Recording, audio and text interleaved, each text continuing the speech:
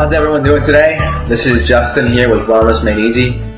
Feel free and continue to check out the Wellness Made Easy YouTube page as well as the Facebook page for more updated information on different health topics as well as YouTube videos. Alright, today's topic is soy.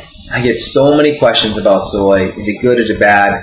And if it's bad, why is it? So I'm going to break it down and make it easy for everyone to understand my take on soy. And I'll give you some great resources where if you're curious to get more information on it, you can do so. Alright, soy. So one of the big things is we hear, Asian cultures, Japanese, Chinese cultures have used soy for thousands of years, and that's why they're so healthy. They live so much longer than us. Well, that's more of a corporate myth generated so we can sell soy in the mass quantities that we do today. When you really look at the facts of soy production in those countries, evolutionarily, soy has been used more or less as a condiment. It's kind of like in today's culture how we might use mustard or ketchup on a hot dog in small quantities. That's kind of how soy was used in the Asian cultures. You wouldn't sit down to a plate full of ketchup or a plate full of mayonnaise for a meal. And neither were these Asian cultures doing the same with soy. And let's look at the kind of soy that they were using. The kind of soy was fermented versions of soy. So they may be tempeh, miso, and natto. Right? And the reason why they use fermented versions of soy is because soy contains all kinds of nasty aspects to it. And we're going to break down the 4 or 5 aspects right now. So fermented version of soy does not contain the things that we're going to be going over in the next few minutes. But still, it was eaten in moderation and not at the amount that we see today in veggie burgers, in soy milk, and all of the artificial protein substitutes we see today in the market. Alright, so 1, soy is actually 90% of it is GMO. Alright, the GMO means it's a genetically modified organism. So what that means is the seed has been manipulated for many reasons to produce pesticides, to be easily mass produced because it's Roundup resistant, so they just come by in a plane and spray all these pesticides on it, and it killed everything but the soybean. Alright, there are some great movies on it. 1, The Future of Food. 2, Food Inc., and as well as The World According to Monsanto. There's some great resources of why these GMO crops are really bad and you want to stay away from them.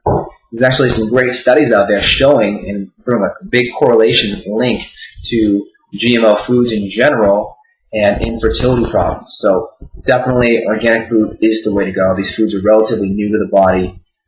We've been around 2.4 million years and we've been used to organic foods for the last 2+ million, and only the last 50 years we've actually had pesticides on our food, and only the last 10 to 20 years has food been GMO, and only in the last 4 or 5 years have we had GMO on a massive scale that we see today.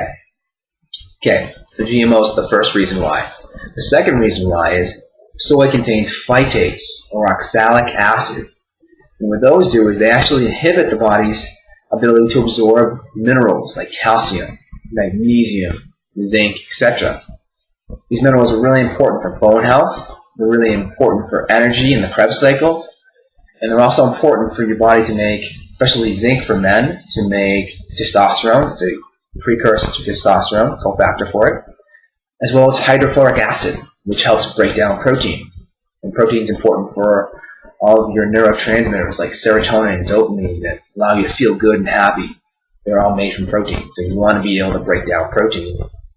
The next thing is it actually can affect your thyroid. So your thyroid gland is right here in your neck. And that's going to help regulate your metabolism in your body's ability to make energy, and also regulate your temperature so you feel warm all the time versus someone with colder hands or thinning hair or the outer third of the eyebrow starting to thin. That's a thyroid problem.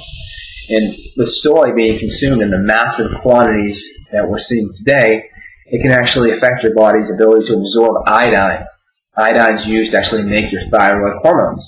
So not absorbing iodine properly by excessive soy intake can be a huge factor in you having hypothyroid symptoms, low thyroid symptoms. That was number 3. Number 4 is your body's ability to make and digest protein via protein enzymes. So your body has a pancreas, and one of the uses of the pancreas is to produce different enzymes that help digest protein. And one of those enzymes is chymotrypsin, or trypsin. So trypsin's job is to help your body break down protein, alright? So if you're taking in soy and you're decreasing your body's ability to break down protein, you're not going to be able to have raw materials to rebuild hair, muscle, bones, and most importantly, your neurochemicals. So we see more and more depression today. Actually, all of your neurochemistry, serotonin, dopamine largely, they're all made from protein. So really important, you want to avoid soy so you can properly digest protein. And again, 5, we also hear about menopausal females wanting to take soy because soy is a phytoestrogen. So we break it down, phyto means plant, estrogen is the hormone estrogen. So that's actually bioidentical to the hormone estrogen in our body. So a lot of women think, well, especially menopausal women who are not making the same amount of estrogen, I'm going to take in a lot of soy that will help boost up my estrogen levels. That's really a good thought. It really comes from a good level of thinking, but the only issue is you're getting those 4 or 5 other nasty things we just mentioned. The goitrogens, the trypsin inhibitors, the oxalic acid, as well as the GMOs. So you want to avoid that.